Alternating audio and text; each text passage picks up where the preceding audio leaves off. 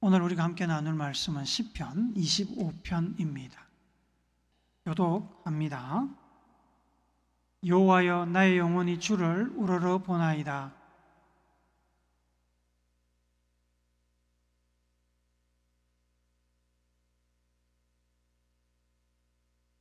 주를 바라는 자들은 수치를 당하지 아니하려니와 까닭없이 속이는 자들은 수치를 당하리이다.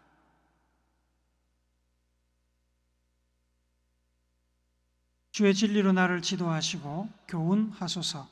주는 내 구원의 하나님이시니 내가 종일 주를 기다리이다.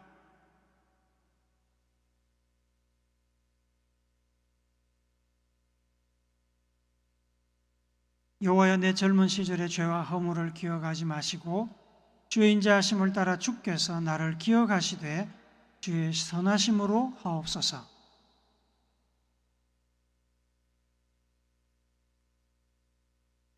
온유한 자를 정의로 지도하시며 온유한 자에게 그의 도를 가르치시리로다.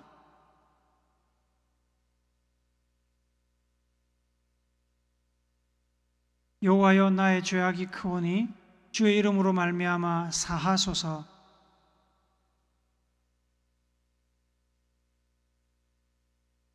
그의 영혼은 평안히 살고 그의 자손은 땅을 상속하리로다.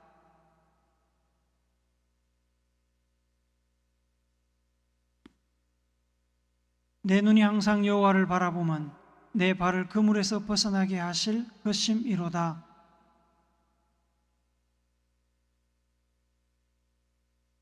내 마음이 근심이 많사오니 나를 고난에서 끌어내소서. 내 원수를 보소서. 그들의 수가 많고 나를 심히 미워하나이다.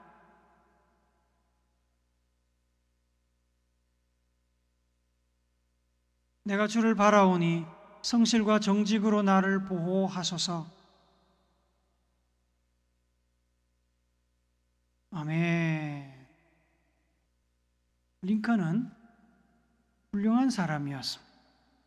그를 훌륭하다고 말하는 것은 그가 미국의 대통령이었기 때문이 아니고 그가 남북전쟁을 통해서 노예를 해방시켰기 때문이 아닙니다. 물론 미국의 대통령이 되는 일이나 시대를 앞서가 인간의 보편적인 인권을 보장하기 위해 노예 해방을 선언하는 것은 매우 훌륭한 일입니다. 결코 작은 일이 아닙니다. 하지만 제가 링컨이 위대하다고 말씀을 드리는 것은 그가 57세로 암살당하기까지 그는 끝없이 배우기를 멈추지 않았기 때문입니다. 링컨은 12가지의 직업을 가졌었다고 합니다.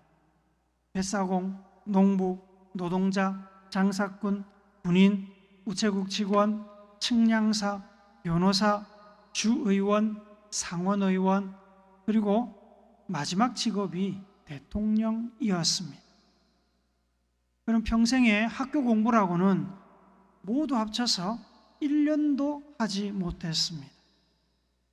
어린 시절 불우한 환경에서 자랐지만 그는 독학으로 변호사 시험에 합격을 했고 나중에 미국의 대통령이 되었습니다. 나는 배우기를 멈추지 않으리라. 이것이 그의 모토입니다. 그는 날마다 책을 읽었고 자기보다 지위가 낮은 사람이나 젊은 사람에게서도 겸손한 마음으로 배우기를 힘썼습니다. 그는 셰익스피어 연구를 깊이 해서 그의 셰익스피어 지식은 전문가 수준이었습니다. 그는 열심히 성경을 공부했습니다. 그의 성경 지식은 신학자 수준이었다고 합니다. 링컨은 늘 낮은 자세로 마음을 열어놓고 배우기를 멈추지 않았습니다. 그래서 그는 계속 성장해 나갈 수 있었습니다. 직장 초년생들이 처음 직장에 들어가면 선배나 직장 상사 앞에서 거의 예외 없이 이런 인사말을 합니다. 열심히 하겠습니다. 잘 가르쳐 주십시오. 그 시절의 직장 초년생들은 자신들이 내뱉는 말 그대로 초보자, 초짜인 것을 스스로도 부인하지 않고 남들도 인정을 합니다. 그래서 마음을 열어놓고 낮은 자세로 뭐든 잘 배우려고 최선을 다하지요. 하지만 시간이 지나고 경력이 쌓이다 보면 자세가 달라집니다. 모든 사람이 그런 것은 아닙니다만 많은 사람들이 어느새 자신의 경력과 지식에 자신감이 생기고 더 이상 새로운 것을 배우려 하지 않는 단계에 도달합니다. 자기가 알고 있는 것이 최고이고 전부이며 더 이상 배울 필요가 없다고 생각하거나 최고나 전부는 아니지만 충분하다고 판단합니다. 그런 마음이 은연중에 생각과 삶을 지배하기 때문에 배우려는 마음과 의지가 사라집니다. 그때부터는 새로운 것의 필요성을 피부로 느낄 때까지, 아니면 새로운 지식이 자기의 생존을 위협하는 충격으로 다가올 때까지 더 이상의 배움이나 성장 발전은 없습니다. 과거의 지식, 습관 혹은 전통만 반복될 뿐입니다. 이쯤 되면 빨리 현장이나 실무에서 물러나 주는 것이 그 조직이나 회사, 공동체를 위해서 나은 선택이라고 할 수 있을 것입니다. 늘 마음을 열어놓고 겸손하게 자세를 낮추고 배우려는 자세를 가지지 않으면 우리는 어느새 고인물이 됩니다. 고인물은 어떻게 되지요? 썩습니다. 아무리 좋은 것도 하나님의 영원하신 말씀을 제외하면 시간이 지나면 구시대의 것이 되고 빛을 잃고 썩게 됩니다. 시편 40장 8절 말씀 우리 같이 읽어봅시다. 시작. 푸른 마르고 꽃은 시드나 우리 하나님의 말씀은 영원히 서리라 하라. 하나님의 말씀은 영원하지만 말씀의 해석과 적용은 세월에 따라, 상황에 따라 달라질 수 있습니다. 꼭 과거의 해석에 얽매일 필요가 없습니다. 큰 하나님의 가르침의 울타리를 벗어나지 않는다면 얼마든지 우리는 다양하게 그 시대에 맞게, 상황에 맞게 말씀을 해석할 수 있습니다. 그래서 성령이 필요합니다. 성령은 영원하신 하나님의 말씀을 가장 적절하게, 가장 적합한 시간에 우리에게 해석하고 삶을 인도하십니다. 신앙생활에서 가장 위험한 순간은 하나님의 백성으로서 하나님의 뜻을 구하며 성령의 인도를 따라 살아야 할 인생들이 날마다 새롭게 다가오는 하나님의 말씀과 성령의 인도에 대하여 마음의 문을 닫고 자세를 높여서 더 이상 배우려고 하지 않는 그 순간입니다. 이미 알고 있는 말씀이잖아. 이미 내가 외우고 있는 말씀인데 저 본문 작년에 했던 설교인데, 그런 생각을 하면서 눈을 감고 예배당 안에서 안식에 들어가면 그 사람은 지금 그 신앙 인생의 치명적인 순간에 도달해 있는 것입니다. 그의 영이 죽기 일보 직전이라는 말입니다. 그런 생각을 하는 사람에게 하나님의 은혜는 결코 임하지 못합니다. 귀를 막고 있는데 어떻게 하나님의 은혜가 임하겠습니까? 교회당에 앉아 있어도 그런 생각을 가진 사람의 마음밭은 생명이 돋아날 수 없는 황무지며 광야입니다. 문제는 이러한 마음의 상태, 자세가 평소에도 나타나지만 극단적인 상황에 몰렸을 때 더 명확하게 나타난다는 것입니다.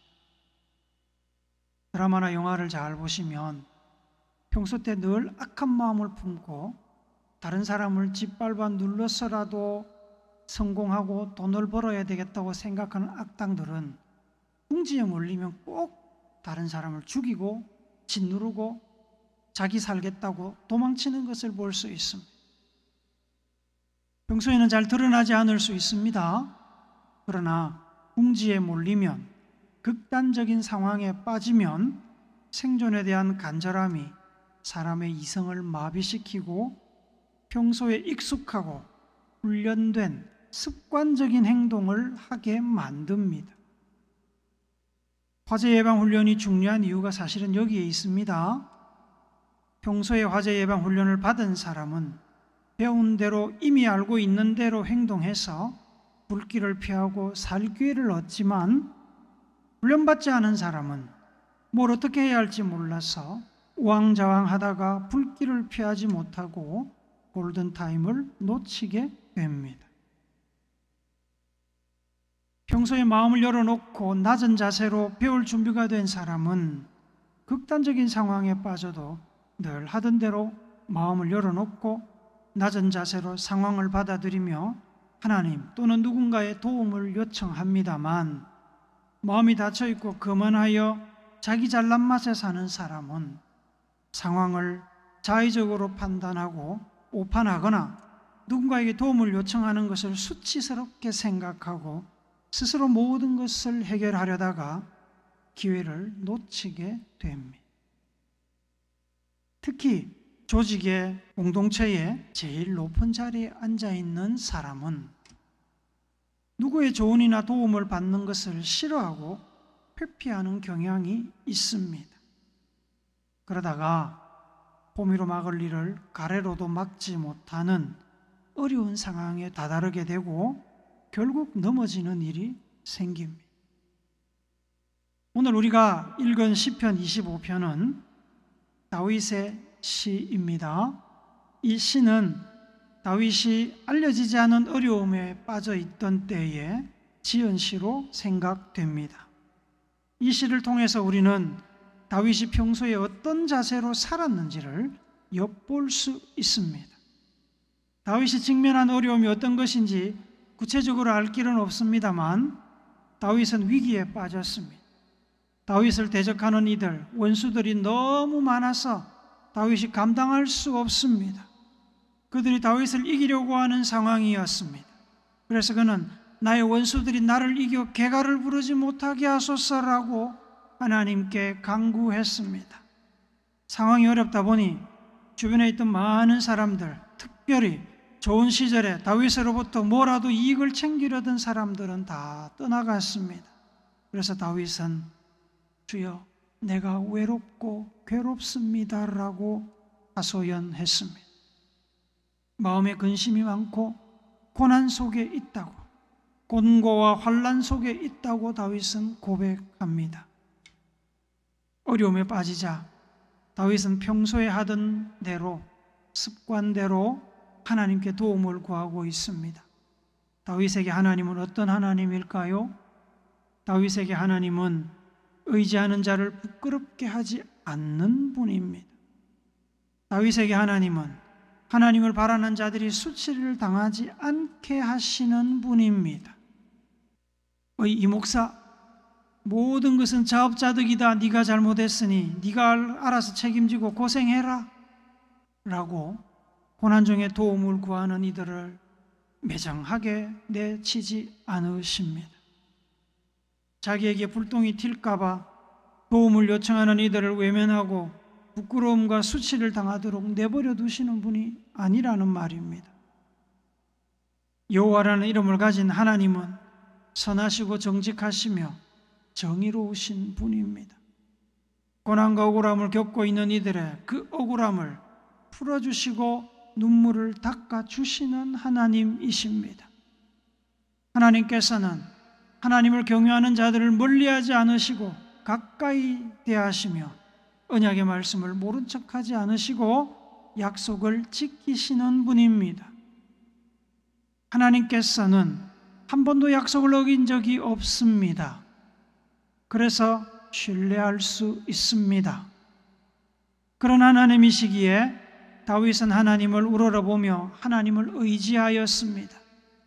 하나님을 우러러본다는 말은 하나님께 양손을 들어 자기의 영혼을 올려드린다는 뜻입니다.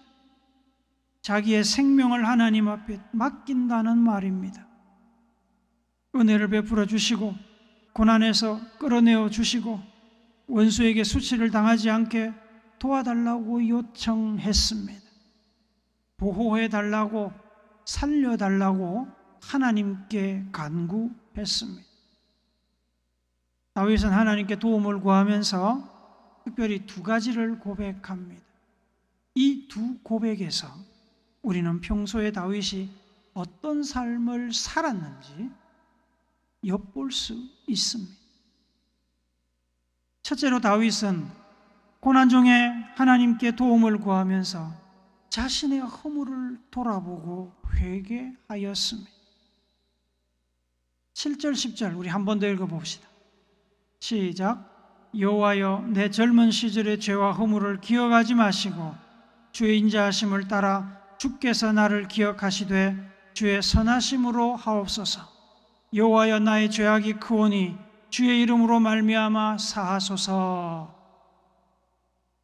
사람이 궁지에 몰리거나 억울한 일을 당하면 변명하기에 바쁩니다.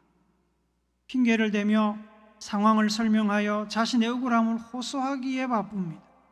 문제의 원인, 실패의 원인이 자기에게 있는 것이 아니라 다른 곳에, 다른 사람에게 있다고 주장합니다. 그래야 책임을 덜 수 있기 때문입니다.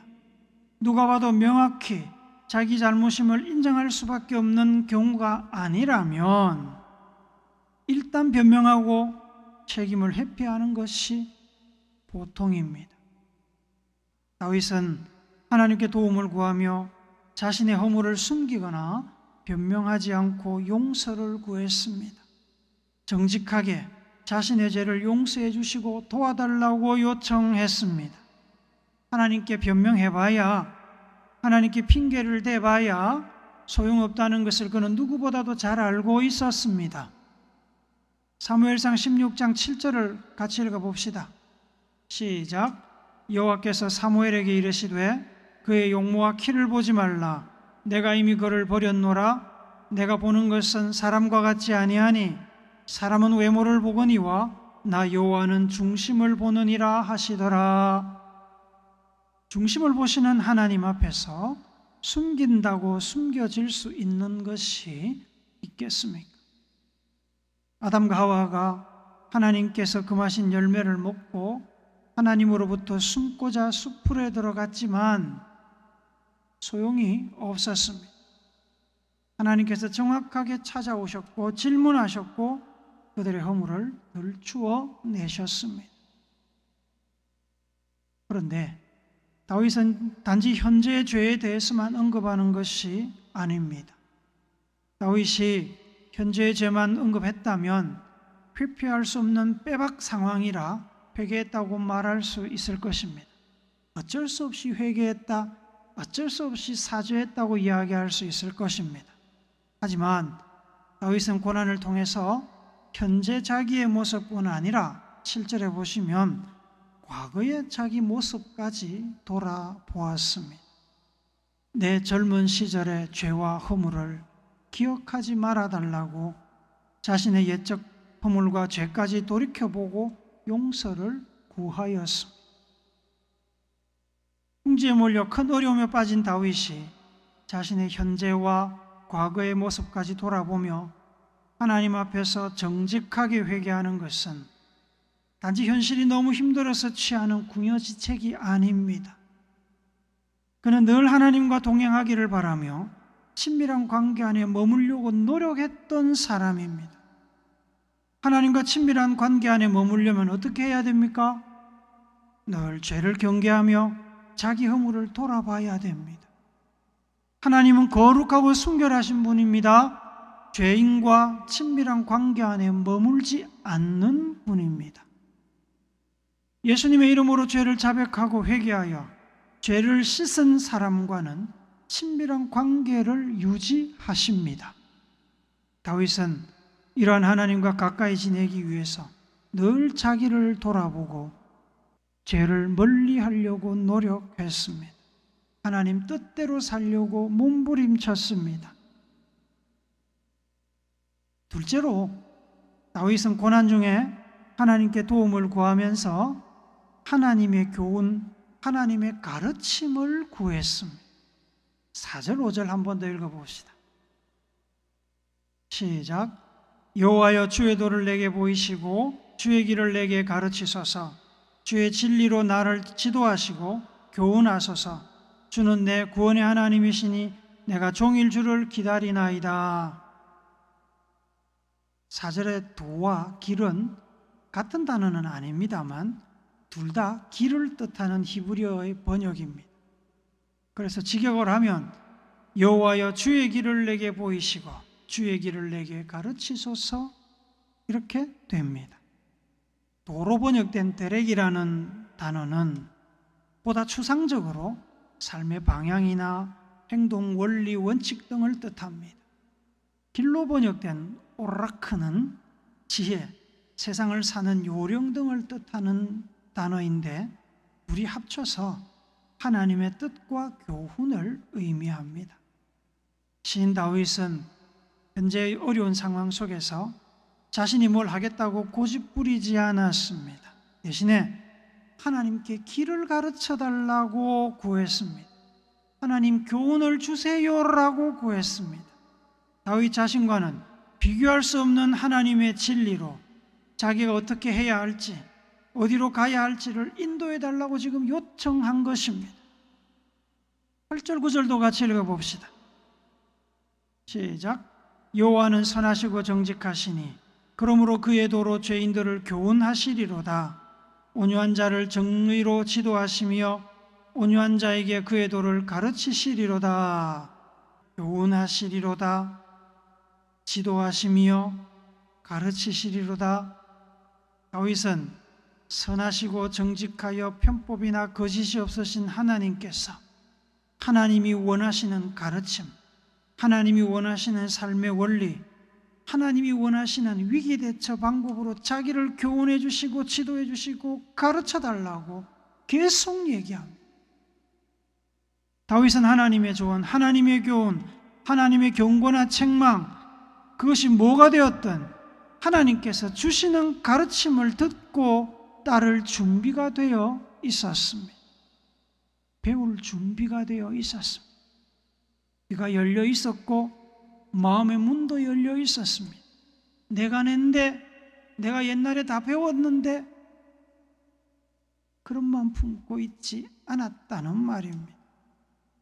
상황이 급박하면 판단이 흐려지고 실수를 하고 실패도 하고 넘어지지만 완전하시고 변함없으신 하나님께서는 결코 그럴 일이 없다는 것을 다윗은 어릴 때부터, 목동일을 할 때부터 알고 있었습니다. 전능하신 하나님께서 자기보다 자기를 더 잘 아신다는 것을 그는 너무나 잘 알고 있었습니다.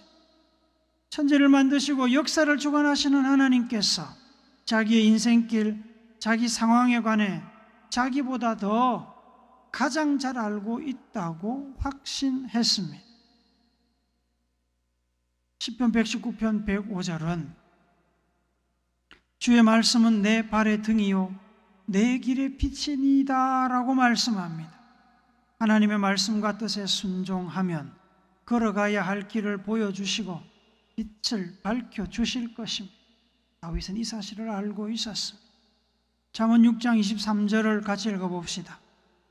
시작. 대저 명령은 등불이요 법은 빛이요 훈계의 책망은 곧 생명길이라. 여기서 말하는 명령, 법, 훈계는 다 하나님의 말씀을 말합니다. 다윗이 살 수 있는, 궁지에서 벗어날 수 있는 유일한 길은 하나님의 말씀입니다. 그래서 다윗은 하나님의 음성에 귀를 쫑긋 세우고 하나님의 음성을 들으려고 노력했습니다. 하나님의 가르침을 받으려고, 주님이 가르쳐 주시는 대로 살려고 열심을 냈습니다. 그러면 살 수 있다는 것을 잘 알고 있었기 때문입니다. 사랑하는 오늘의 성도 여러분, 하나님께서는 다윗을 사랑하시고 자기 마음에 합한 자라고 칭찬하시며 다윗을 귀하게 여기셨습니다. 다윗 왕의 왕좌가 영원할 것이라고 선언하셨고 다윗 왕의 족보에서 메시아 그리스도가 태어난다는 영광을 주셨습니다. 다윗 왕이 이렇게 하나님의 총애를 받은 것은 그가 위기 때나 평소에나 늘 하나님 앞에서 자신의 허물을 들여다보며 거룩하고 성결한 삶을 살고자 노력했기 때문입니다. 목동으로 있을 때나 왕의 자리에 있을 때나 한결같이 말입니다. 태평성대를 누릴 때나 사울 왕에게 쫓겨서 혹은 아들 압살롬에게 쫓겨서 도망 다닐 때나 한결같이 말입니다. 하나님의 말씀과 뜻을 인생을 인도하는 안내자, 내비게이션으로 인정하고 늘 따르려고 그는 노력을 했습니다. 이러한 다윗의 모습을 우리는 겸손이라고 부릅니다. 이렇지 못한 자기 잘난 맛에 사는 모습을 우리는 교만이라고 부릅니다. 잠언 18장 12절 말씀 같이 읽어봅시다. 시작. 사람의 마음의 교만은 멸망의 선봉이요 겸손은 존귀의 길잡이니라. 하나님의 말씀입니다. 야고보서 4장 6절 같이 읽습니다. 시작. 그러나 더욱 큰 은혜를 주시나니 그러므로 일러스되 하나님이 교만한 자를 물리치시고 겸손한 자에게 은혜를 주신다 하였느니라. 고난 위기에서 벗어나는 길, 생명을 얻는 길, 하나님의 칭찬과 복을 받는 일, 하나님의 인도를 따라 존귀한 삶을 사는 길은 교만한 마음을 버리고 겸손한 자세로 하나님의 가르침과 교훈을 받아 순종하는 삶을 사는 것입니다. 항상 먼저 자기를 돌아보고 겸손하게 하나님의 가르침과 교훈을 구하며 순종하여 하나님의 뜻을 이루어 주시는 복을 받아 누리는 우물교회 성도들이 되시기를 겸손하신 구세주 예수님의 이름으로 축복합니다. 아멘.